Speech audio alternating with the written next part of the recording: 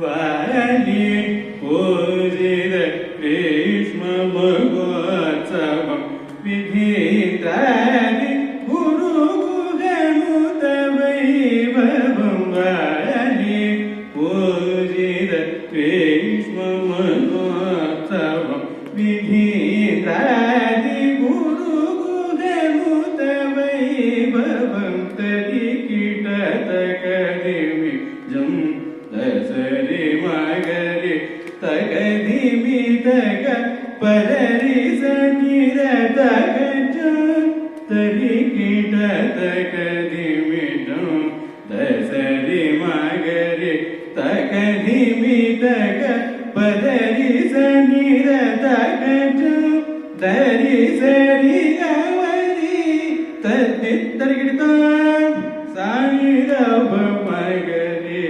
ತತ್ತಿತ್ತರಿಗಿಡ ದಿಂತ ತಾಂತ ಗಿಡ ಶ ಆಲಿ ಪಟೀಶ್ವರ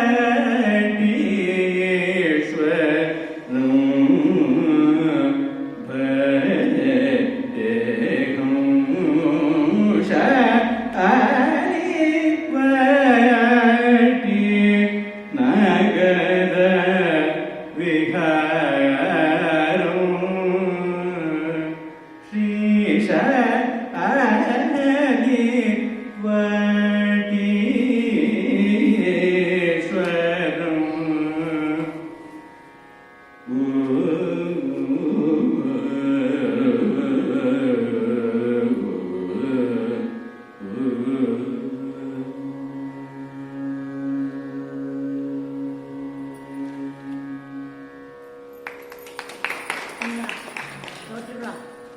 ಇಷ್ಟು ದೂರ ಬಂದಿರೋ, ಇಷ್ಟು ದೂರ ಬಂದಿದ್ದಾನೆ ದೊಡ್ಡ ವಿದ್ವಾನು. ಇನ್ನು ಒಂದು ಹಾಡು ಹಾಡಿ ನಾನು ಕಥೆಯನ್ನು ಸಿದ್ಧ ಮಾಡ್ಕೊಡ್ತೀನಿ, ಆಯಿತಾ? ನಾನು ಐದವರೆಗೆ ನಿಮ್ಮ ಬೆಲ್ ಹೊಡೀತೇವೆ, ಬೆಲ್ ಹೊಡೀರಿ, ಒಂದು ಹಾಡಿ ಅವನು, ಆಮೇಲೆ ನಾವು ಶ್ಲೋಕನ ಅನುಸರಿಸೋಣ. ನೀನು ಕೇಳು. ಒಂದು ಇವನಿದ್ದನು, ಹೇಮನಾಥ ಎಂದು ಬಂದಿದ್ದನು. ಅವನು ನಾರ್ತಿಂದ ಬಂದನು. ಅವನು ತುಂಬ ಚೆನ್ನಾಗಿ ಹಾಡಿದ. ಪಾಂಡ್ಯ ರಾಜ ಏನು ಮಾಡಿದ, ಅವನನ್ನು ಗೆಲ್ಲಕ್ಕೆ ಯಾರಿಲ್ಲ ಅಂದ್ಕೊಂಡ. ಆಗ ಪಾಣನ್ ಎಂಬುವನ ಆ ರಾಜನ ಆಸ್ಥಾನ ವಿದ್ವಾನ್. ಅವನು ಹೋಗಿ ಕೇಳಿಕೊಂಡರು ಮದುವೆ ಸೋಮಸುಂದರೇಶ್ವರ ಹತ್ರ, ಈ ಥರ ನಾನು ಮಾಡಬೇಕಾ, ಏನು ಮಾಡಬೇಕು, ನೀನು ರಕ್ಷಿಸು ಎಂದು ಕೇಳಿದ ಆ ಆಸ್ಥಾನ ವಿದ್ವಾನ್. ಆಗ ಪರಮೇಶ್ವರನೇ ಬಂದು ಒಂದು ಕಟ್ಟಿಗೆ ಮಾರುವ ಆಳಾಗಿ ಬಂದು ಹಾಡಿ, ಈ ದೇವಗಾಂಧಾರಿ ಹಾಡಿ ಆ ಹೇಮನಾಥ ಓಡಿ ಹೋದನಂತೆ. ಅಲ್ಲ, ನನಗೆ ನೀವು ಕಟ್ಟಿಗೆ ಆಳು ಪರಮೇಶ್ವರ ಗೊತ್ತಾಯ್ತು, ಅದು ಚೆನ್ನಾಗಿ ಕಟ್ಟಿಗೆ ಆಳಾಗಿ ಬಂದ ಪರಮೇಶ್ವರ. ಈ ದೇವಗಾಂಧಾರಿ ಹಾಡಿದ. ಅದನ್ನು ಕೇಳಿ, ಅಯ್ಯೋ, ಈ ಬಾಣನೆಂಬವನು ದೇವಗಾಂಧಾರಿ ಇಷ್ಟು ಜನ ಹಾಡ್ತಾರಲ್ಲ, ಇವನು ಶಿಷ್ಯರಲ್ಲಿ ಹೇಗೆ ಮಾಡ್ತಾರೋ ಎಂದು ಆ ಹೇಮನಾಥ ಭಯಪಟ್ಟು ಓಡಿಬಿಟ್ರು. ಆದರೆ ಇವರಲ್ಲಿ ಓಡಲ್ಲ, ಇನ್ನೊಂದು ಹಾಡು ಗೊತ್ತಾಯ್ತಾ? ಸರಿ, ನೀವು ಯಾವ ಬೇಕಾದ್ರೆ ಒಂದು ಹಾಡು. ಆಮೇಲೆ ನಾನು ಉಪನ್ಯಾಸ ಹಾಡಿದ ಮೇಲೆ ನಿಮಗೆ ಇಷ್ಟ ಇದ್ದರೆ ಉಪನ್ಯಾಸ ಕೇಳೋಕ್ಕಿರು, ಇಲ್ಲ ಕಷ್ಟ ಇದ್ದರೆ ಮನೆ ಹೋಗಿ ಯಥಾಸೌಕರ್ಯ ಮಾಡು.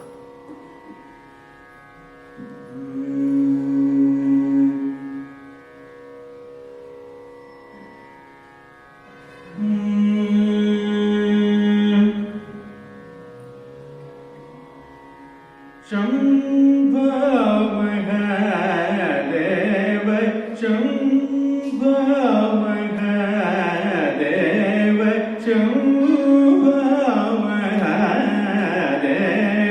ಶಂಭೋ ಮಹಾದೇವ ಶಂಭೋ ಮಹಾದೇವ ಶಂಭೋ ಮಹಾದೇವ ಶಂಕರ ಗಿರಿಜ ರಮಣ ಶಂಭೋ ಮಹಾದೇವ ಶಂಕರ ಗಿರಿಜ ರಮಣ ಶಂಭೋ ಮಹಾದೇವ ಶಂಕರ ಗಿರಿಜ ರಮಣ ಶಂಭೋ ಮಹಾದೇವ ಶಂಕರ ಗಿರಿಜ ರಮಣ ಶಂಭೋ ಮಹಾದೇವ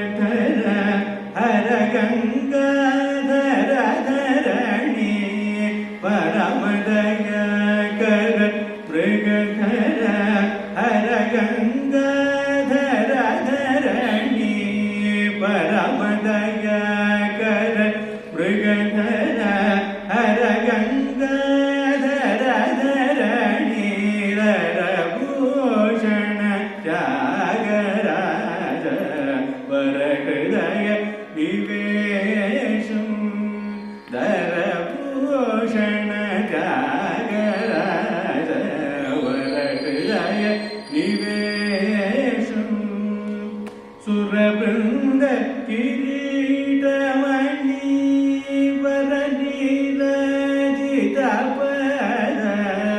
सुरवृन्द किरीटमणि वरनीलजितपद सुरवृन्द किरीटमणि वरनीलजितपद सुरवृन्द किरीटमणि वरनीलजितपद गोपुरवास सुन्दरेश गोपुरवास सुन्दरेश गिरीश पद परभवहर गोपुरवास सुन्दरेश गिरीश पद परभवहर शम्भो महादेव शङ्कर गिरिजारमण शम्भो महादेव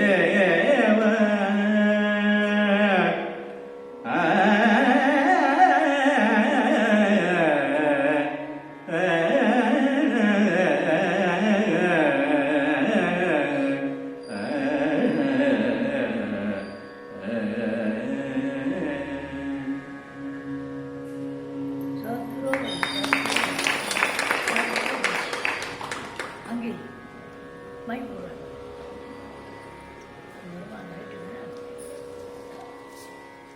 ರೈಟ್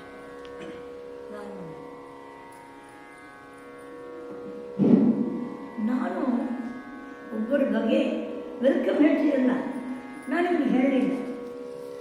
ಯಾಕೆಂದ್ರೆ ಆ ಥರ ಈ ಥರ ಹೇಳ್ತಿದ್ದ ಅವರು ತನ್ನ ಸಂಗೀತದಿಂದಲೇ ಅವನು ಯಾರು ಹೇಳ್ಕೊಂಡ್ಬಿಟ್ಲ ಆ ಥರ ಮಾಡಬೇಕಿಲ್ಲ. ಇವರು ಆ ಥರ ಬರೀ ಈ ಥರಗಳು ಅವರ ಇಂಥದ್ದು ಹೇಳಬೇಡ. ಅವರ ಭಕ್ತಿ ಅವರ ಆ ಮಾಧುರ್ಯ ಅದಕ್ಕಿಂತ ಈ ಕೊರೋನಾನಲ್ಲಿ ನಾಳೆ ಜನರಿರ್ಬೋದು ನಾನು ಇರ್ತೀರಪ್ಪ ಮಾಡಲೇ ಬಂದ್ಬಿಟ್ಟ. ಅದಕ್ಕೆ ಚಪ್ಪಾಳೆ ಕೊಡೋದು. ಈ ಮನೆ ಮಗನನ್ನು ನಾನು ಮೆಡ್ರಾಸಲ್ಲಿ ಎತ್ಕೊಂಡೆ. ಅದೇನೋ ಕಲ್ಯಾಣ ಮಂಟಪ ಹೌದು ಆ ಕಲ್ಯಾಣ ಯತಿರಾಜ ಕಲ್ಯಾಣ ಮಂಟಪದಲ್ಲಿ. ಅದು ಕಾರಣ ನಾವು ಒಬ್ಬರಿಗೆ ವೆಲ್ಕಮ್ ಸ್ಪೀಚ್ ಕೊಡೋಕ್ಕಿಂತ ಅವರಿಗೆ ಸ್ವಲ್ಪ ಟೈಮ್ ಕೊಟ್ಟರೆ ಅವರವರ ವಿದ್ಯೆಯನ್ನು ಅನುಭವಿಸಿಕೊಡ್ತಾರೆ.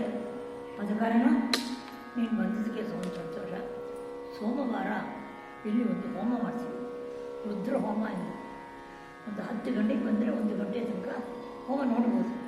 ನಿನಗೆ ಏನಾದರೂ ಕೆಲಸ ಇದ್ದರೆ ಹೋಗು. ಆ ದಿವಸ ಬಂದರೆ ಆನಂದ, ಬರದಿದ್ದರೆ ಪರಮಾನಂದ. ಅದು ಯಾಕೆ ಆ ಥರ ಅನ್ಕೊಂಡ್ಬಿಟ್ಟು ತಪ್ಪಾಗಿ ನೀನು ಡ್ಯೂಟಿಗೆ ಹೋಗ್ತೀಯ. Okay, are you working anywhere? ಅದರಿಂದ ಆದರೆ ಅದು ಹೋಮ ಚೆನ್ನಾಗಿರ್ತದೆ. 11 ಬ್ರಾಹ್ಮಣರು 11 ಸಲ ರುದ್ರ ಹೇಳಿ 121 ಸಲ ರುದ್ರ ಹೇಳಿ ಮಾಡ್ತಾರೆ. ನಿನ್ನ ಸೌಕರ್ಯ ಪ್ರಕಾರ ಮಾಡ್ಕೋ. ಇಂದ ಪತ್ರಂ ಪುಷ್ಪಂ ಫಲಂ ತೋಯಂ ಭಕ್ತ್ಯ ಪ್ರೇಕ್ಷಿಸಿ ತಗೊಳ್ಳಿ. ಸದ್ಗುರು ಈಗ ಒಂದು ಅವನ ಹೆಸರೇನು ಪುಷ್ಪದಂತ ಎಂಬ ಒಂದು ಕವಿ ಭಕ್ತ ಮಾಡುವ ಶಿವಮಹಿಮ್ನ ಸ್ತೋತ್ರ ಹೇಳ್ತೀನಿ. ಟೈಮ್ ಇದ್ದರೆ ಇರು, ಇಲ್ಲಂದ್ರೆ ಸರಿ. ರಾಮ್ ರಾಮ್ ರಾಮ್. ಗುರುರೇವ ಗತಿ ಗುರುರೇವ ಭಜೆ ಗುರುನೈವ ಸಹಾಸ್ಮಿ ನಮೋ ಗುರವೇ ನ ಗುರೋ ಪರಮಂ ಶಿಶುರಸ್ಮಿ ಗುರೋ ಮತಿರಸ್ತಿ ಗುರೌ ಮಮ ಪಾಹಿ ಗುರೋ. ಗುರುರೇವ ಗತಿ ಗುರುಮೇವ ಭಜೆ ಗುರುನೈವ ಸಹಾಸ್ಮಿ ನಮೋ ಗುರವೇ ನ ಗುರೋ ಪರಮಂ ಶಿಶುರಸ್ಮಿ ಗುರೋ ಮತಿರಸ್ತಿ मतिरस्ति गुरौ मम पाहि गुरो गतिः गुरुमेव भजे गुरुणैव सहास्मि नमो गुरवे न गुरो परमं शिशुरस्मि गुरोः मतिरस्ति गुरौ मम पाहि गुरो नारायणं पद्मभुवं वसिष्ठं शक्तिं च तत्पुत्र पराशरं च व्यासं शुकं गौरपदं महान्तं गोविन्दयोगीन्द्रमथास्य शिष्यं श्रीशङ्कराचार्यमथास्य पद्मपादं च हस्तकमलकं च शिष्यं तं दोषं वार्तिककालमन्या अस्मद्गुरून् सन्ततमानतोऽस्मि श्रुतिस्मृतिपुराणानाम् आलयं करुणालयं नमामि भगवत्पादशङ्करं लोकशङ्करम् सदाशिवसमारम्भाम् शङ्कराचार्यमध्यमाम् अस्मदाचार्यपर्यन्ताम् वन्दे गुरुपरम्पराम् शङ्कारूपेण मच्चित्रम् पङ्कीकृतमभूत्यया किङ्करीयस्य सामाय शङ्कराचार्यमाश्रये वरदो देवो यो नृसिंहः परो हरिः नृसिंहोपासकं नित्यं शं नृसिंहगुरुं भजे श्रीसच्चिदानन्द शिवाभिनव्य नृसिंहभारत्यभिधायतीन्द्रान् विद्यानिधिं मन्त्रनिधिं सदात्मनिष्ठान् भजे मानवशम्भुरूपान् सदात्मध्याननिरतं विषयेभ्यः पराङ्मुखं नौमि शास्त्रेषु निष्णातं चन्द्रशेखरभारतीं विवेकिनं महाप्रज्ञं धैर्योद्धार्य क्षमानिधिं सदाभिनवपूर्वन्तं विद्यातीर्थगुरुं भजे अज्ञानं जाह्नवीतीर्थं विद्यातीर्थं विवेकिनां सर्वेषां सुखदं तीर्थं भारतीतीर्थमाश्रये विद्याविनयसम्पन्नं वीतरागं विवेकिनं वन्दे वेदान्ततत्त्वज्ञं विदुषेखरभारतीं मातामहमहाशैलं महस्तदपितामहं कारणं जगदां वन्दे कण्ठादुपरिवारणम् माला सुधा कुम्भविबोधमुद्रा विद्याविराजत्करवारिजाताम् अपारकारुण्यसुधाम्बुराशिं श्रीशारदाम्बां प्रणतोऽस्मि नित्यम् दोर्भिर्युक्ता चतुर्भिः स्फटिकमणिमयी अक्षमाला प्रधानाम् हस्तेन नैकेन पद्मं सितमपि च शुभं पुस्तकं चाभरेण दुशङ्खस्फटिकमणिभा भासमाना समाना सा मे वाग्देवतेयं निवसतु वदने सर्वदा सुप्रसन्ना वन्दे शम्भुं वन्दे शम्भुम् उमापतिं सुरगुरुं वन्दे जगत्कारणं वन्दे पन्नगभूषणं मृगधरं वन्दे पशूनां पतिं वन्दे सूर्यशशाङ्क वह्निनयनं वन्दे मुकुन्दप्रियं वन्दे भक्तजनाश्रयं च वरदं वन्दे शिवं शङ्करं हर नमः पार्वतीपतये।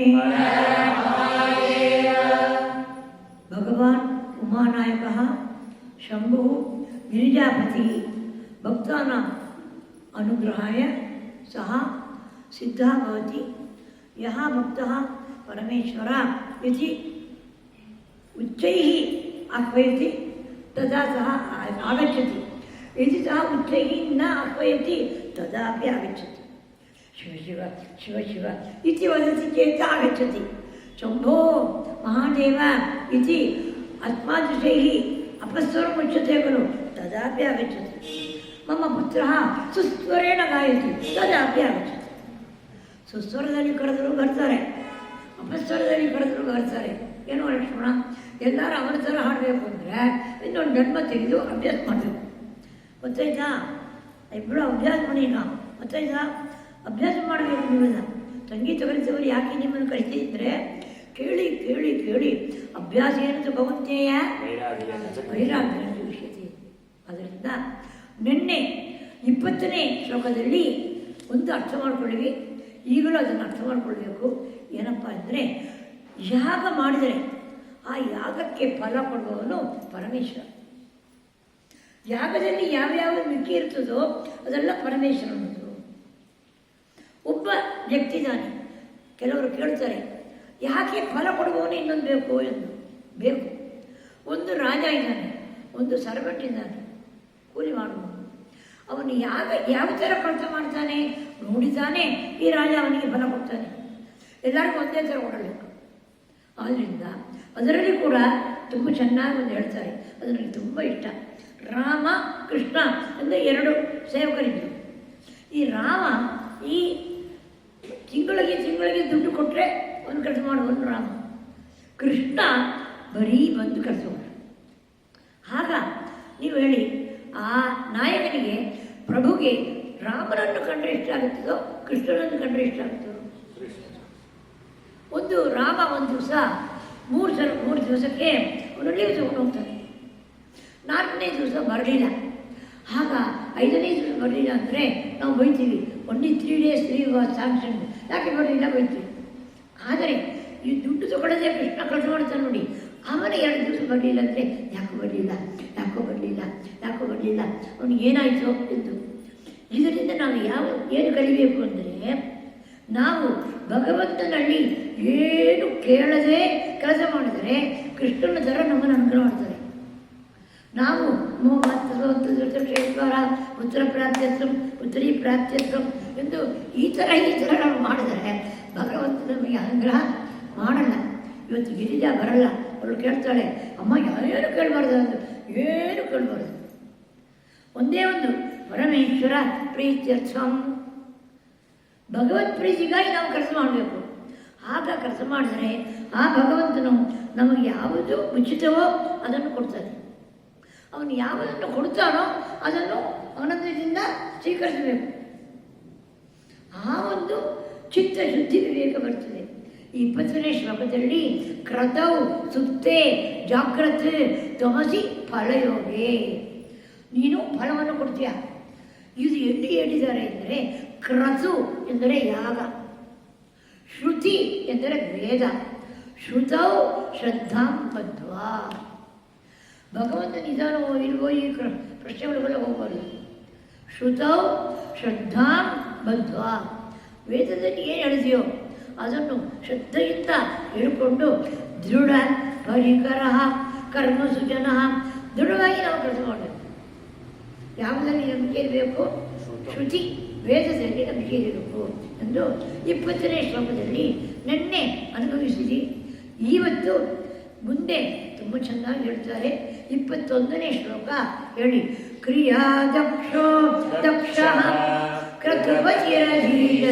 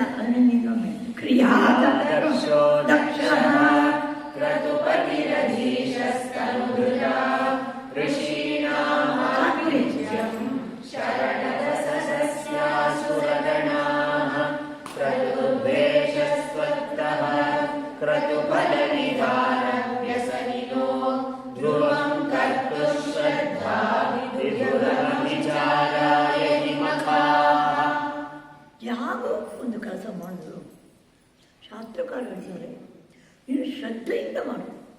ನಾನು ಅಂದ್ಕೊಳ್ತೀನಿ ಇವತ್ತು ಬಂದ ಸತ್ಯನಾರಾಯಣ ಪೂಜೆಕಾರರು ನಮಗಿಂತ ಸಿಂಪಲ್ ಕಾಣ್ತದೆ. ಈ ಹಳೆ ಹೋಗೋದಕ್ಕಿಲ್ಲ, ಶೀಘ್ರ ಹೊರಟೋಗ್ಬಿಟ್ರು. ಕೆಲಸ ಮಾಡಬೇಕಾದ್ರೆ ನಮಗೆ ಬೇಕಾದ ಶ್ರದ್ಧೆ ಮತ್ತು ಭಕ್ತಿ ಅಷ್ಟೆ, ಬೇರೆ ಏನು ಬೇಡ. ಆ ಶ್ರದ್ಧೆ ಮತ್ತು ಭಕ್ತಿ ಇದ್ದರೆ ನಮಗೆ ಭಗವಂತನು ಕಾಪಾಡಕ್ಕೆ ರೆಡಿ ಇದ್ದಾನೆ. ನಿಮಗೆ ಗೊತ್ತು, ದಕ್ಷ ತನ್ನ ಮಗಳಾದ ದಾಕ್ಷಾಯಣಿಯನ್ನು ಪರಮೇಶ್ವರನಿಗೆ ಮದುವೆ ಮಾಡಿಕೊಟ್ರು. ನಮ್ಮ ಮಹನೀಯರು ಹೇಳ್ತಾರೆ, ಯಾವಾಗ ನೀನು ಮದುವೆ ಮಾಡಿಕೊಟ್ಟಿಯೋ ಅಳಿಯ ಎಂಬವನು ಪೂಜಾರ, ಅವನಿಗೆ ಮರ್ಯಾದೆ ಕೊಡಬೇಕು. ಆದರೆ ಇವನು ಏನು ಮಾಡಿದ, ಒಂದು ಸಲ ಈ ದಕ್ಷನು ಸ್ವಲ್ಪ ಅವನಿಗೆ ಗರ್ಭ ಯಾಕೆ ಬಂತು ಅಂದರೆ, ಭಗವಾನ್ ಬ್ರಹ್ಮ ಅವನ ಮಗ ದಕ್ಷ ಸ್ವಲ್ಪ ಅವನೊಂದು ತುಂಬ ಜೋರು ಕೊಟ್ಟು ನಡೆದ್ಬಿಟ್ಟ. ದಕ್ಷ ಯಾಗಕ್ಕೆ ಹೋಗ್ತಾನೆ. ಆಗ ದಕ್ಷವಂತ ಕೂಡಲೇ ಎಲ್ಲರೂ ಎದ್ದು ಮರ್ಯಾದೆ ಕೊಟ್ಟರು. ಆಗ ಶಿವನು ಹೇಳಲಿಲ್ಲ, ಯಾಕೆಂದರೆ ಅವನು ಭಗವಂತನ ಮೇಲೆ ಹೇಳಲಿಲ್ಲ. ಆಗ ಇವನೇನು ಮಾಡಿದ ದಕ್ಷ, ನಾನು ಬಂದಿದ್ದೀನಿ, ನನ್ನ ಮಗಳನ್ನು ಕೊಟ್ಟಿದ್ದೀನಿ ಇವನಿಗೆ, ಇವನು ಹೇಳಲಿಲ್ಲ ಎಂದು ದಕ್ಷ ಶಿವನ ಮೇಲೆ ಕೋಪ ಮಾಡಿಕೊಂಡ. ಅದಕ್ಕೋಸ್ಕರ ಅವನು ಏನು ಮಾಡಿದ, ಒಂದು ಯಾಗವನ್ನು ಮಾಡಿದ. ಬೇಕು ಎಂದು ಒಂದು ಯಾಗ ಮಾಡಿ ಅದರಲ್ಲಿ ದಕ್ಷನಿಗೆ ಶಿವನಿಗೆ ಭಾಗ ಕೊಡದೇ ಯಾಗ ಮಾಡಿ. ಒಂದು ಮಾತ್ರ ನಾವು ಕಲಿಬೇಕು, ಒಬ್ಬರು ಒಂದು ಹೇಳಿದ್ದಾರೆ ಅಂದರೆ ಅದರಿಂದ ನಾವು ಕೋಪ ಮಾಡಿಕೊಳ್ಬಾರ್ದು. ಸಾಮವೇದ ಹೇಳ್ತದೆ, ಅಕ್ರೋಧೇನ ಕ್ರೋಧ. ಕೋಪವನ್ನು ಮಾಡಿಕೊಂಡ್ರೆ ಏನಾಗಲ್ಲ. ನಮಗೆ ಎಷ್ಟು ಕೋಪ ಮಾಡ್ಕೊಳ್ತೀವೋ ಅಷ್ಟು ನಮಗೆ ಏನು ಬರ್ತದೆಯೋ ಲಕ್ಷ್ಮಣ, ಬಿ ಪಿ ಕರೆಕ್ಟ್ ನಮಗೆ ಬಿ ಪಿ ಬರ್ತದೆ, ಅವ್ರ ಕೋಪ ಸುಖವಾಗಿದ್ದಾರೆ, ಕೋಪ ಮಾಡ್ಕೊಳ್ಬಾರ್ದು. ಇವರು ಬೇಕು ಎಂದು ಯಾಗ ಮಾಡಿದ. ಆ ಯಾಗಕ್ಕೆ ಎಲ್ಲರನ್ನು ಕರೆದರೆ ಮಗಳನ್ನೇ ಕರೆಯಲಿಲ್ಲ, ಆ ಥರ ಯಾಗ ಮಾಡಿದ. ಅವಳೇನು ಮಾಡಿದ್ರು ಅಂತ ಮಾಡಿದ್ರು, ನಮ್ಮ ಅಪ್ಪ ಮನೆ ಹೋಗ್ತೀವಿ, ಇಲ್ಲಿ ಇರುವ ಹೆಂಗಸರಿಗೆ ಎಸ್ಪೆಷಲಿ ಹೊಸ ಹೇಳ್ಕೊಡ್ತೀವಿ, ನೀನು ಸಾಕಷ್ಟು ನಿಮ್ಮ ಅಪ್ಪ ಮನೆಯಲ್ಲಿ ಇದ್ದಾಯಿತು ಗೊತ್ತಾಯ್ತಾ, ಸುಮ್ಮನೆ ಅಪ್ಪ ಮನೆ ಹೋಗಬಾರ್ದು, ಅವನೇನು ಕಂಟ್ರೋಲ್ ಮಾಡೋಕ್ಕಾಗಲ್ಲ. ಆ ಅತ್ತೆಯೋ ಪಾಪ ಗೊತ್ತಾಯ್ತಾ, ಅವರು ಕಂಟ್ರೋಲ್ ಮಾಡೋಲ್ಲ. ನೀನಾಗಿ ನಾವು ಸಾಕಷ್ಟು ಅವ್ರಿಗೆ ಇದ್ದಾಯಿತು, ಇನ್ನು ಕಾರಣ ಇಲ್ಲದೆ ನಾನು ತಾಯಿ ಮನೆ ಹೋಗಲ್ಲ, ನೀವು ಉಪನ್ಯಾಸ ಕೇಳ್ತೀಯೋ ಹೋಗ್ತೀಯೋ, ಇದು ಒಂದು ಜಾಪಟ್ಟು. ತಾಯಿ ಮನೆಗೆ ಹೋಗಲ್ಲ ಅಂದರೆ ನೀವು ಕಳ್ಳಿಗಳು, ಕೈಯಲ್ಲಿ ಸಲ್ಲು ಮಾತಾಡಬಾರ್ದು, ಹೋಗಬಾರ್ದು. ಆ ಕಾಲದಲ್ಲಿ ಆ ಥರ. ಇವಳು ಹೇಳ್ತಾಳೆ, ಯಾರು ದಾಕ್ಷಾಯಣಿ, ನಾನು ಹೋಗ್ತೀನಿ ಎಂದು. ಪರಮೇಶ್ವರ ಬೇಡ ಅಂತ, ಎಲ್ಲ ಅಮ್ಮ ಮನೆ ಹೋಗ್ಬೋದು ಎಂದು. ಆಗ ಕಳ್ತಾರೆ, ಕ್ರತುಭ್ರೇಷ ಅಂದರೆ ಯಾಗ ನಾಶ. ಹೊಸ ಪದಪ್ಪ. ಕ್ರತುಭ್ರೇಷ ಅಂದರೆ ಯಾಗದ ನಾಶ. ಕ್ರಿಯಾದಕ್ಷ ಕ್ರಿಯೆಗಳಲ್ಲಿ ಎಕ್ಸ್ಪರ್ಟು ಯಾರು, ದಕ್ಷ. ಅವನೇ ಕಾರ್ಯನಿರ್ವಾಹಕನು. ಕ್ರಿಯಾದಕ್ಷ ದಕ್ಷ. ಕ್ರತುಪತಿ ಅವನೇ ಕ್ರತುಪತಿ, ಆಯಿತಾ. ತನುವೃತ ಅವನೇ ಎಲ್ಲ ಆ ಯಾಗಕ್ಕೆ ನಾಯಕ. ಋಷೀಣ ಆತ್ವಿಜ್ಯಂ ಋಷಿಗಳು ಒಳ್ಳೆ ಋಷಿಗಳು ಋತ್ವಿಕ್ಗಳಾಗಿರ್ತಾರೆ. ಆತ್ವಿಜ್ಯಂ ಅಂದರೆ ಋತ್ವಿಕ್ ಎಂದು ಹೇಳ್ತಾರೆ. ನಾಳೆ ಮಾತ್ರ ಯಾಕೆ ಬರ್ತಾರಲ್ಲ ಅವರನ್ನು ಏನು ಕರಿತೀವಿ, ಋತ್ವಿಕ್. ಋಷಿಗಳೆಲ್ಲ ಋತ್ವಿಕ್ಗಳಾಗಿ ಇರ್ತಾರೆ. ಶರಣ ಕೊಡುವನೇ ಸದಸ್ಯ ಸುರಗಣ. ಸಭೆಯಲ್ಲಿ ಯಾರಿದ್ದಾರೆ, ದೇವತೆಗಳು ಸಭೆಯಲ್ಲಿದ್ದಾರೆ. ಆಗ ಏನಾಯಿತು, ಕ್ರತುಭ್ರೇಷ. ಇಷ್ಟು ಒಳ್ಳೆ ದಕ್ಷ ನಾಯಕನಾಗಿ, ಋಷಿಗಳು ಋತುಜರಾಗಿ, ದೇವತೆಗಳು ಇರುವಾಗ ಯಾಕೆ ಆಯಿತು ಇದು ಯಜ್ಞ ನಾಶ? ಯಾಕೆ ಆಯಿತು? ಕ್ರತುಭ್ರೇಷ ಕ್ರತುಫಲ ವಿಧಾನ ವ್ಯಸನಿನಃ. ನೀನು ಕ್ರತುಫಲ ಕೊಡಕ್ಕೆ ನಡೆಯಿದ್ದೆ, ಆದರೆ ಇವನಿಗೆ ಏನಿರಲಿಲ್ಲ, ಶ್ರದ್ಧಾ. ಅವನಲ್ಲಿ ಶ್ರದ್ಧೆ ಇತ್ತು. ಅವನ ಯಾಗ ಯಾಕೆ ಮಾಡಿದ? I will show that I will do A ಯಾಗ ವಿತೌಟ್ ಗಿವಿಂಗ್ ಟು ಶಿವ. ಗೊತ್ತಾಯ್ತು ವರ್ಷ ನಾವು ಒಂದು ಪೂಜೆ ಮಾಡುವಾಗ ನಾವು ತೋರಿಸ್ತಿದ್ದೀವಿ ಮಿಕ್ಕಿದವರಿಗೆಲ್ಲ ಎಂದು ಭಾವನೆ ಇದ್ದರೆ ಅಲ್ಲಿ ಶ್ರದ್ಧಾ ವಿಧುರ ಅಭಿಚಾರಾಯ ಕಿಮಖ ಶ್ರದ್ಧಾ ವಿಧುರತಾ. ಶ್ರದ್ಧಾ ವಿಧುರ, ಶ್ರದ್ಧೆ ಇಲ್ಲ. ನನ್ನ ಉಚ್ಛ್ವಾಸ ನಿಶ್ವಾಸವನ್ನು ಕಂಟ್ರೋಲ್ ಮಾಡಿಕೊಂಡು ಯಾವಾಗಲೂ ನಿನ್ನೆ ಚಿಂತನೆ ಮಾಡ್ತಾರೆ. ಇದು ಒಂದು ನಾನು ಮಹನೀಯರ ಪುಸ್ತಕಗಳಲ್ಲಿ ಹೆಚ್ಚು ಓದಿದೆ. ಏನಪ್ಪ ಅಂದರೆ ನಾವು ಎಷ್ಟಿಗೆ ಎಷ್ಟು ಈ ಉಚ್ಛ್ವಾಸ ನಿಶ್ವಾಸ ಗಾಳಿ ಇದೆಯಲ್ಲ ಅದನ್ನು ಕಂಟ್ರೋಲ್ ಮಾಡ್ತೀವೋ ಅಷ್ಟಿಗೆ ಅಷ್ಟು ನಮ್ಮ ಮನಸ್ಸು ಕಂಟ್ರೋಲಿಗೆ ಬರ್ತದೆ. ನಮ್ಮ ಮನಸ್ಸಲ್ಲಿ ಹೊಸ ಹೊಸ ಆಸೆ ಬರ್ತಲ್ಲ, ಅದಕ್ಕೆ ಕಾರಣ ಈ ಉಚ್ಛ್ವಾಸ ನಿಶ್ವಾಸ. ಅದಕ್ಕೆ ಪುರುಷರಿಗೆ ಏನು ಹೇಳ್ಕೊಟ್ರು, ಒಬ್ಬರು ಹೇಳ್ಕೊಟ್ರು. ನಾವು ಕೂಡ ಏನು ಮಾಡ್ಬೋದು, ಈ ಉಚ್ಛ್ವಾಸವನ್ನು ಕಂಟ್ರೋಲ್ ಮಾಡಬೇಕು. ಮಾಡಿದರೆ ಅವಳು ಹೇಳ್ತಾಳೆ, ಉಷಾ ಹೇಳ್ತಾಳೆ, ಅವಳಿಗೆ ಒಂದು ಅಜ್ಜಿ ಇದ್ದರಂತೆ. ಆ ಅಜ್ಜಿ ಕೂತ್ಕೊಂಡು ಧ್ಯಾನ ಮಾಡೋರಂತೆ.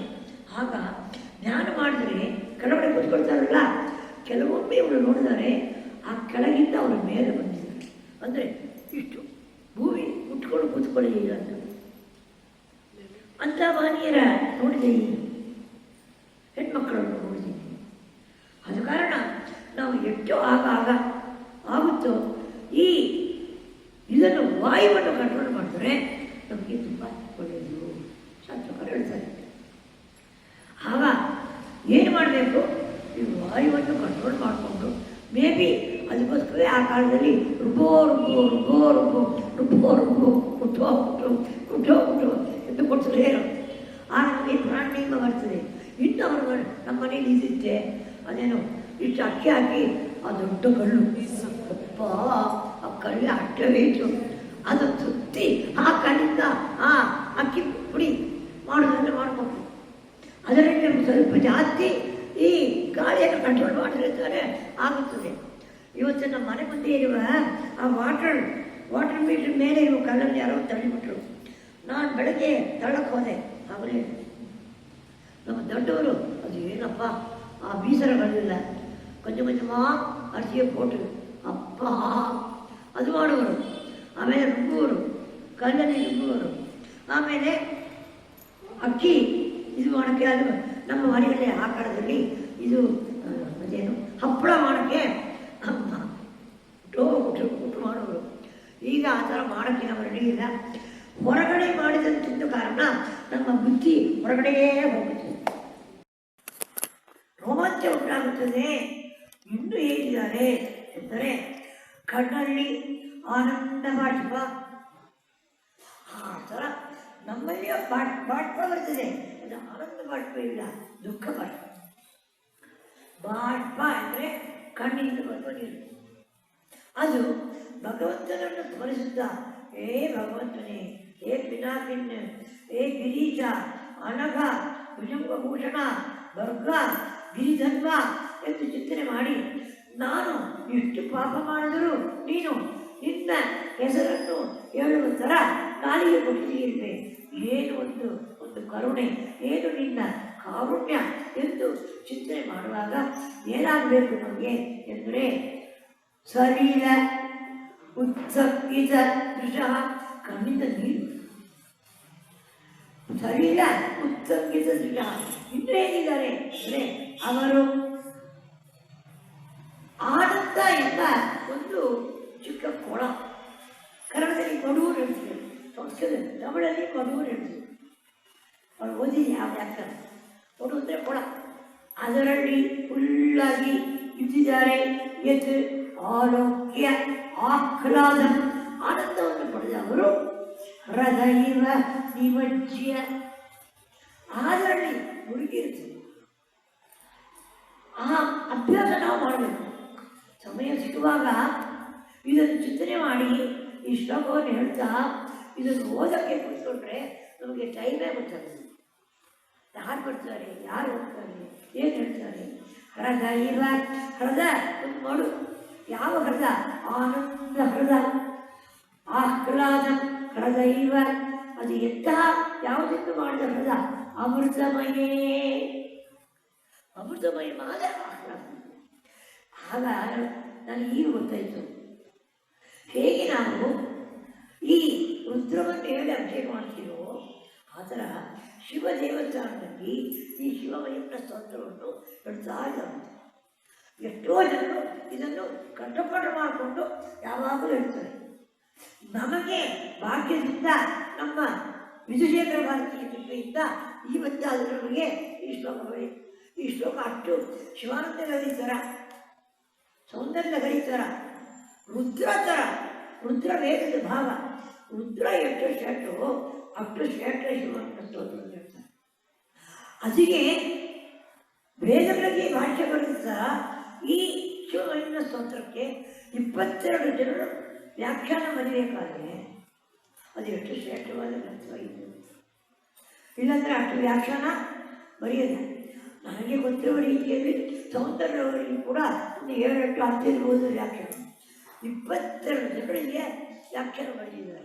ಆಗ್ತಿದ್ರೆ ಒಂದೊಂದು ಶ್ಲೋಕದಲ್ಲಿ ಅವನು ಈ ವಿಶೇಷವಾಗಿ ಈ 25ನೇ ಶ್ಲೋಕದಲ್ಲಿ ಮನಃ ಪ್ರತ್ಯಕ್ಷಿತ್ತೇ, ಮನಸ್ಸನ್ನು ಚಿತ್ತದಲ್ಲಿ ಇಟ್ಕೊಂಡು ಅವನೇನು ಮಾಡ್ತಾನೆ, ಅವಧಾಯ ಆತ್ಮತಮಸ ಯಮಿನಃ ಅಂತ ಹೇಳ್ತಾನೆ. ಯಮಿನಃ ಅಂದರೆ ತುಂಬ ಸೆಲ್ಫ್ ಕಂಟ್ರೋಲ್, ಆತ್ಮ ಸಂಶೋಧಕ ಮಾಡಬಾರ್ದು. ಯಮಿನಃ ಆತ್ಮ ಮರುತಃ, ಮರುತ ಅಂದರೆ ಗಾಳಿ, ಗಾಳಿಯನ್ನು ಅವರು ತನ್ನ ಕೈ ಒಳಗೆ ಇಟ್ಕೊಂಡು ಮನ ಪ್ರತ್ಯಕ್ಷಿತ್ತೇ ಸವಿಧ ಅವಧಾಯ, ನಿನ್ನ ತತ್ವವನ್ನು ಅಂತಹ ಪ್ರತ್ಯಗಾತ್ಮ ಅಂತ ಹೇಳ್ತಾರೆ. ಈ ಬ್ರಹ್ಮನಿಗೆ ಒಂದು ಪದ ಪ್ರತ್ಯಗಾತ್ಮ. ಆ ಪ್ರತ್ಯಗಾತ್ಮವನ್ನು ಅವರು ಅರ್ಥ ಮಾಡಿಕೊಂಡು ಆರೋಗ್ಯ ಹೇಗಿದ್ದಾರೆ, ಪ್ರಕರಿಷ್ಯತ್ ರೋಮಾಣ, ಆಶ್ಚರ್ಯವಾಗಿ ಅವರು ಏನು ಉಂಟಾಗುತ್ತೆ ಅವರಿಗೆ ಆ ಪ್ರಶಿಷ್ಯತ್ ರೋಮಾಣ, ರೋಮಗಳು ಇರುತ್ತದೆ. ಪ್ರಮದ ಸಲಿಲ ಉತ್ಸಂಗಿತ ದೃಶ, ಕಣ್ಣಲ್ಲಿ ನೀರು ಆನಂದ ಬಾಷ್ಪ, ಉತ್ಸಲಿತ ದೃಶ ಸಂಗೀತ ದೃಶ, ಆ ಥರ ಅವರು ಅಮೃತಮಯವಾದ ಒಂದು ಗುರುವಲ್ಲಿ ನಿಮಜ್ಯ ಆಹ್ಲಾದಂ ದದತಿ, ತತ್ರ ಅದು ಯಾರ ಮೇಲೆ, ತತ್ರ ತತ್ ಭಗವಾನ್ ಕಿಲ, ನಿನ್ನನ್ನೇ ಪ್ರಸಿದ್ಧ ಮಾಡ್ತಾರೆ. ಆದ ಕಾರಣ ಆ ಒಂದು ಸ್ಥಿತಿಯನ್ನು ನನಗೆ ಕೊಡು ಎಂದು ನಾವು ಅವರನ್ನು ಕೇಳಬಹುದು. ಈ ಅಲ್ಲಿಗೆ ಒಂದೊಂದು ಶ್ಲೋಕವನ್ನು ಕೂಡ ನಾವು ಹೇಳಿ ಹೇಳಿ ಹೇಳಿ ಸಿದ್ಧಿ ಮಾಡ್ಕೊಳ್ಳೋದು. ಮನ ಪ್ರತ್ಯಕ್ಷಿತ್ತೇ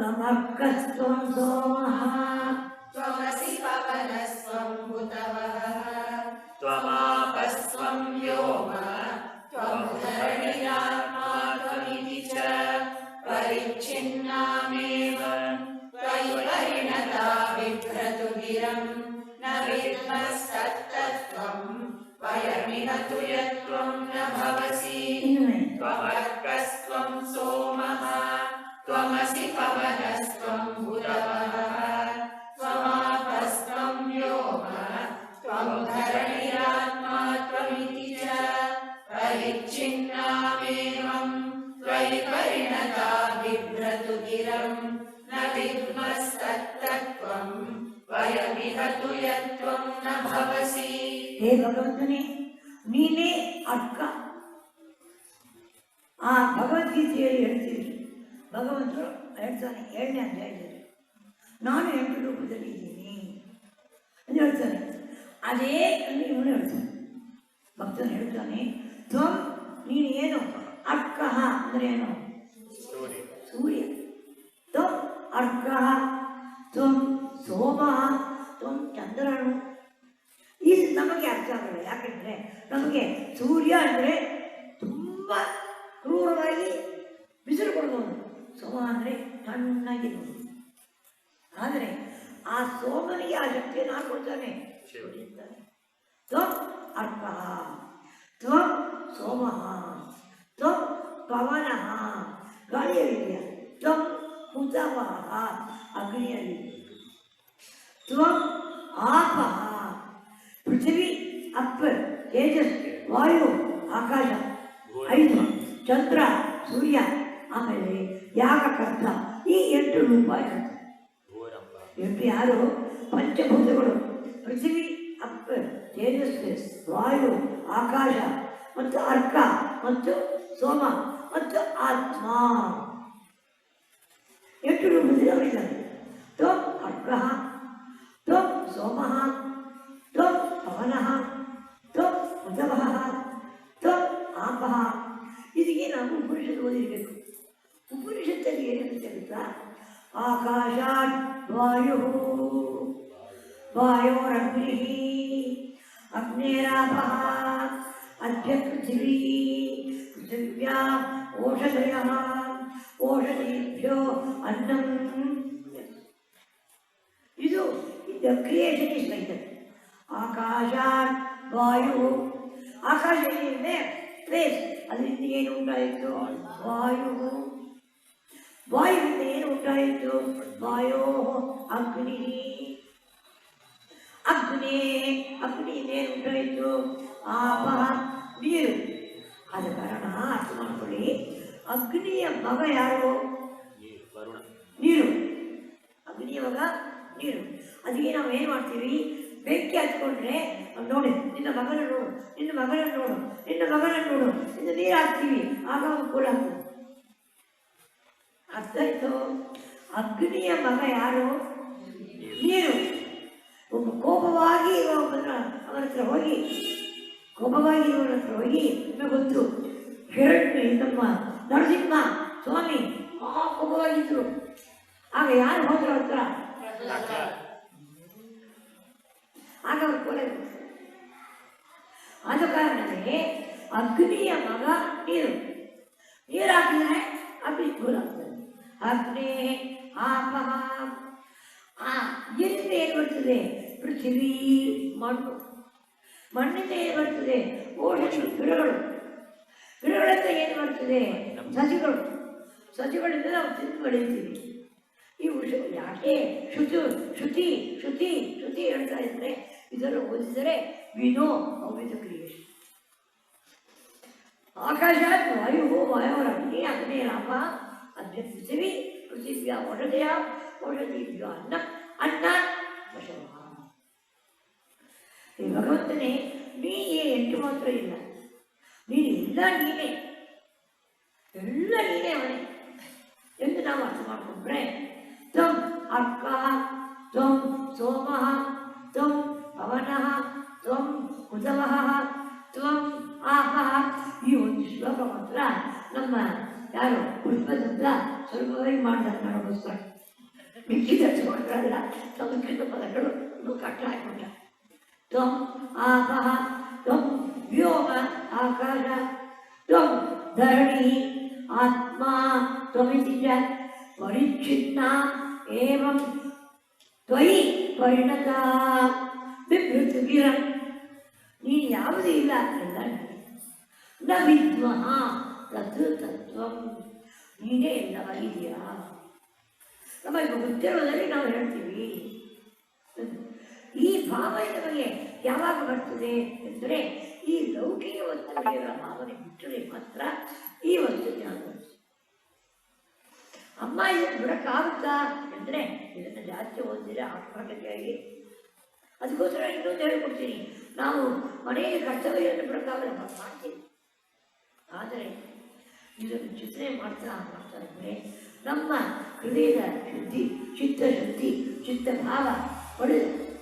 ಹೇಳಿ ತ್ವಮರ್ಕತ್ವಂ ಸೋಮಃ ತ್ವಮಸಿ ಪವನಸ್ತ್ವಂ ಉದವಃ ತ್ವಮಾಪಸ್ತ್ವಂ ವ್ಯೋಮ ತ್ವಂ ಧರಣ್ಯಾತ್ಮ ತ್ವಮಿತಿ ಚ ಪರಿಚ್ಛಿನ್ನಮೇವಂ ತ್ವಯಿ ಪರಿಣತಾ ಬಿಭ್ರತುಗಿರಂ ನ ವಿದ್ಮಸ್ತತ್ತತ್ವಂ ವಯಮಿಹ ತುಯತ್ವಂ ನ ಭವಸಿ.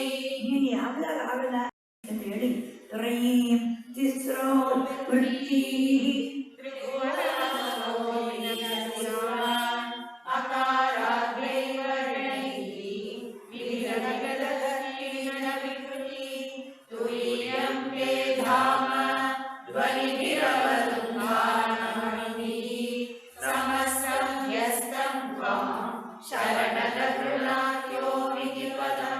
ತ್ರಯೀಂ तिस्रो वृत्तिः त्रिभुवनमतो लीनसि सुरान् अकाराद्यैव वर्णैः त्रिभिरभिरलक्ष्मीर्नतिकृति तुरीयं ते धाम ध्वनिभिरवरुन्दानमतिः समस्तं व्यस्तं त्वां शरणदगृणाख्योमिति पदम् ಏಳನೇ ಅಧ್ಯಾಯದಲ್ಲಿ ಕೃಷ್ಣ ಹೇಳ್ತಾನೆ ಭೂಮಿರಾಪೋ ನರೋ ವಾಯುವು ಖಮ್ಮನೋ ಬುದ್ಧಿರೇವ ಚ ಅಹಂಕಾರ ಇತಿ ಎಮ್ಮೆ ಭಿನ್ನ ಪ್ರಕೃತಿರಕ್ಷದ ಬರ್ತದ ಹೇಳ್ತಾರೆ. ಭೂಮಿ ಆಪಃ ಅನಲಃ ವಾಯು ಖಂ ಮನಃ ಬುದ್ಧಿ ಎಂಟು ಹೇಳ್ತಾರೆ. ಇದರಲ್ಲಿ ಓಂಕಾರದ ಒಂದು ಶ್ರೇಷ್ಠತೆಯನ್ನು ವರ್ಣಿಸುತ್ತಾರೆ. ಆಗ ತ್ರಯಿ ವೇದ, ತ್ರಯಿ ಎಂಬುದು ವೇದ, ಮೂರು ವೇದ ಸಾಮವೇದ ಯಜುರ್ವೇದ. ಅದರಲ್ಲಿ ಒಳಗೆ ಎಷ್ಟು ಇದೆ ಅಂದರೆ ಯಜುರ್ವೇದದಲ್ಲಿ ಕೃಷ್ಣ ಯಜುರ್ವೇದ, ಶುಕ್ಲ ಯಜುರ್ವೇದ ಅದೆಲ್ಲ ಇದೆ.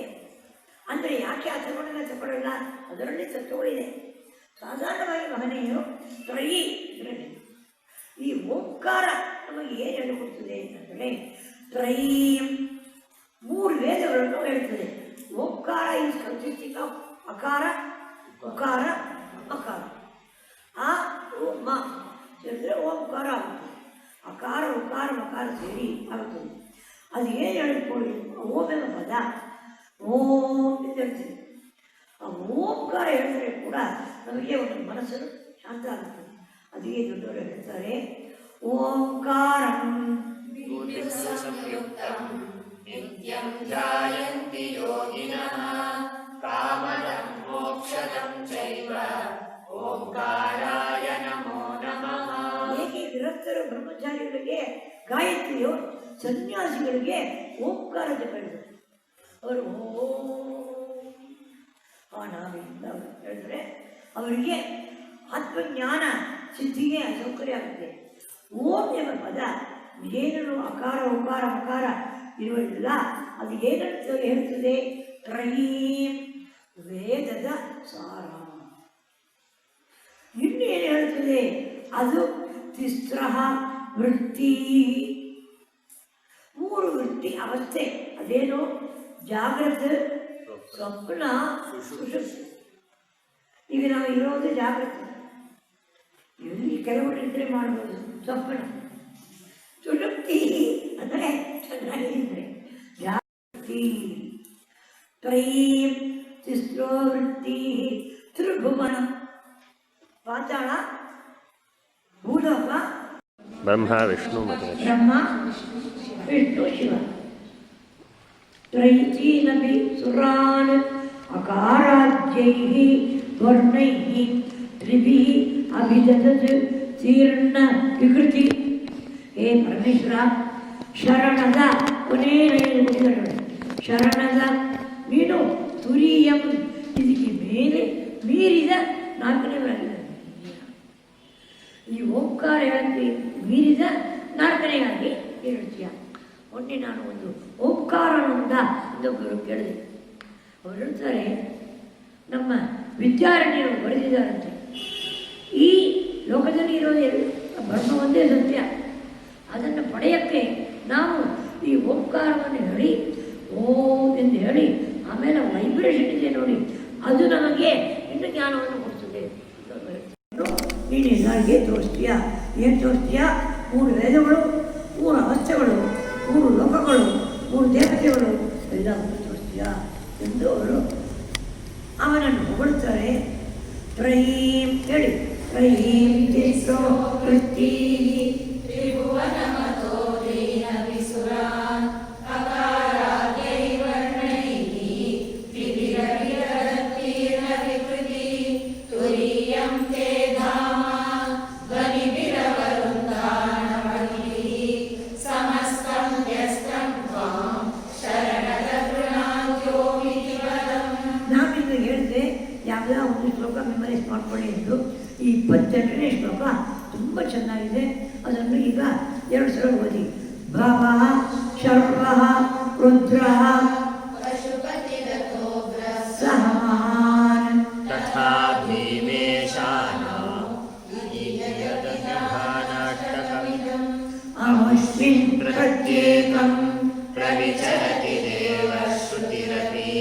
प्रियायास्मै धाम्ने प्रविहितनमस्योऽस्मि भवते भवशर्वो रुद्रः पशुपतिरथोग्रः महान् तथा भीमेशानौ ईयदभिधानाष्टकमिदम् अमुष्मिन् प्रत्येकं प्रविचरति देवश्रुतिरपि प्रियायास्मै धाम्ने प्रविहितनमस्योऽस्मि भवते.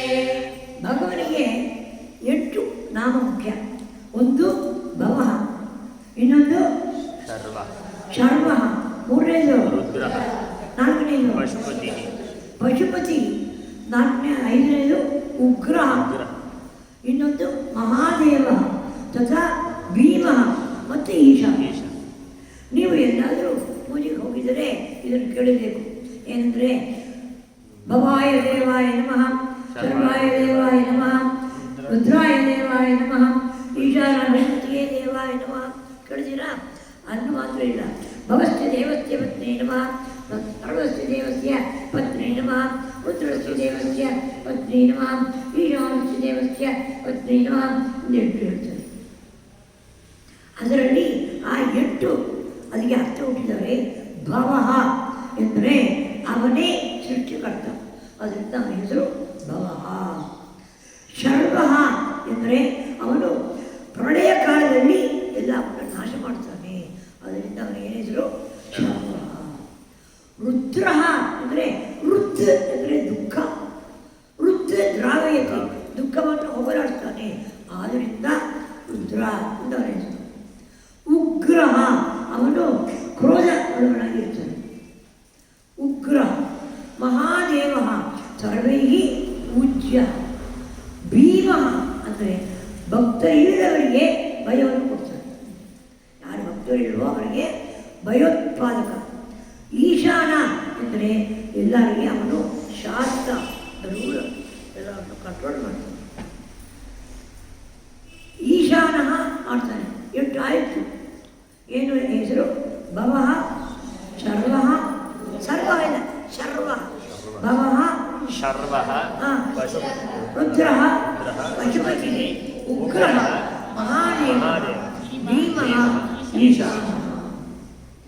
ಈ 8 ಈ ಥರ ಮಾಡೋಕ್ಕೆ ಭವಶ್ವರ್ಗೋ ರುದ್ರಃ ಪಶುಪತಿರಥೋಗ್ರಹ, ಅದೇ ನಮಗೆ ಸುಖ. ಸಹ ಮಹಾನ್ ತಥಾ ಭೀಮೇಶಾನೋ ಇತಿ ಯದಭಿಧಾನಾಷ್ಟಕಮಿದಂ. ನಿನಗೆ 8 ಹೆಸರಿದೆ. ಅಭಿಧಾನ ಅಷ್ಟಕ. ಅವಶ್ಮಿನ್ ಪ್ರತ್ಯೇಕ, ಇದರಲ್ಲಿ ಒಂದೊಂದು ಕೂಡ ಶ್ರೇಷ್ಠ. ಇದು ದೇವಶ್ರುತಿರಪಿ ಅಂದರೆ ದೇವಶ್ರುತಿ ಅಂದರೆ ಅದು ವೇದ, ವೇದ ಹೇಳ್ತದೆ 8 ನಾಮ ಶ್ರೇಷ್ಠ. ಪ್ರಿಯಾಯ ಅಸ್ಮೈ ಧಾಮ್ನೆ ಪ್ರವಿಹಿತ ನಮಸ್ಯೋಸ್ಮಿ ಭವತೆ. ನಾನು ನಿಮಗೆ ನಮಸ್ಕಾರ ಮಾಡ್ತೀನಿ, ಈ 8 ಹೆಸರನ್ನು ಹೇಳಿ ಎಂದು ವಿಶೇಷವಾಗಿ ಹೇಳ್ತಾರೆ. ಈಗ ಕೇಳಿ ಈ ಶ್ಲೋಕವನ್ನು ಇನ್ನೊಮ್ಮೆ ಹೇಳೋಣ. ನಿಮಗೆ ಗೊತ್ತು, ಒಂದು ಹುಡುಗಿ ಗೌರಿ ಎಂಬ ಹುಡುಗಿ ನಿಮಗೆ ಗೊತ್ತು. ನಮ್ಮ ಯಾವ ಅಂಗಡಿ ಶಂಕರ್ ಟ್ರೇಡರ್ಸ್ ಹುಡುಗಿ. ಅವಳು ಇವತ್ತು ಸ್ನಾನಕ್ಕೆ ಹೋದವಳು ಸ್ನಾನ ರೂಮಲ್ಲಿ ಬಿದ್ದಳಂತೆ, ಇನ್ನು ಜ್ಞಾಪಕ ಇಲ್ಲ ಅಂತ ಹೇಳಿ. ನಾನು ನಿಮ್ಮನ್ನು ಪ್ರಾರ್ಥನೆ ಮಾಡ್ಕೊಡ್ತೀನಿ, ನಾವು ಒಂದು 20 ಸಲ ಓಂ ನಮಃ ಶಿವಾಯ ಜಪ ಮಾಡೋಣ, ಆ ಹುಡುಗಿಗೆ ಶ್ರೇಯಸ್ಸು. ಇಲ್ಲಿಗೆ ಪುನಃ ಇನ್ನೊಂದು ನಾಳೆ ಬೇಕಾದ್ರೆ ಅರ್ಥ ಹೇಳ್ತೀನಿ. ಅವಳು ಅಳಿತಾಳೆ ತಾಯಿ, ನಾನು ಹೇಳಿದೆ ಏನೂ ಆಗಲ್ಲ. ಆದರೆ ಅವಳು ತುಂಬ ಒಳ್ಳೆಯವಳು, ತುಂಬ ಒಳ್ಳೆಯವಳು ಅಂದರೆ ಎಲ್ಲರೂ ಒಳ್ಳೆಯವಳು, ತುಂಬ ಒಳ್ಳೆಯವಳು. ಆದ ಕಾರಣ ನಾವು ಓಂ ನಮಃ ಶಿವಾಯ ಎಂದು ನಾವು ಜಪ ಮಾಡಿದ್ರೆ ಈ ಪ್ರಾರ್ಥನಾ ಬಲದಿಂದ ಆ ಹುಡುಗಿ ಒಳ್ಳೆಯದಾಗಲಿ ಎಂದು. ಓಂ ನಮಃ ಶಿವಾಯ, ಓಂ ನಮಃ ಶಿವಾಯ, ಓಂ ನಮಃ ಶಿವಾಯ, ಓಂ ನಮಃ ಶಿವಾಯ, ಓಂ ನಮಃ ಶಿವಾಯ, ಓಂ ನಮಃ ಶಿವಾಯ, ಓಂ ನಮಃ ಶಿವಾಯ, ಓಂ ನಮಃ ಶಿವಾಯ, ಓಂ ನಮಃ ಶಿವಾಯ, ಓಂ ನಮಃ ಶಿವಾಯ, ಓಂ ನಮಃ ಶಿವಾಯ, ಓಂ ನಮಃ ಶಿವಾಯ, ಓಂ ನಮಃ ಶಿವಾಯ, ಓಂ ನಮಃ ಶಿವಾಯ, ಓಂ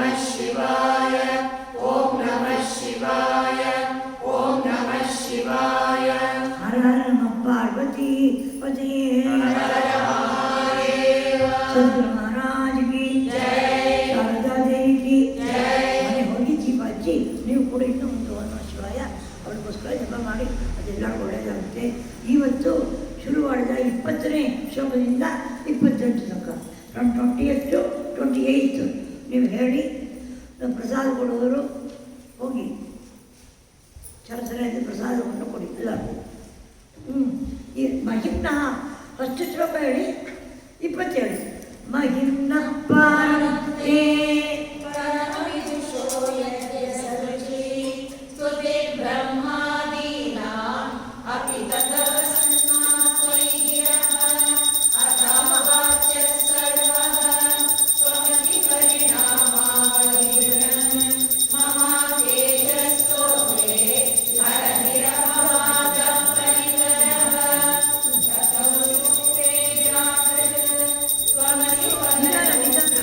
ನಿಧಾನವಾಗಿ ಚೆನ್ನಾಗಿ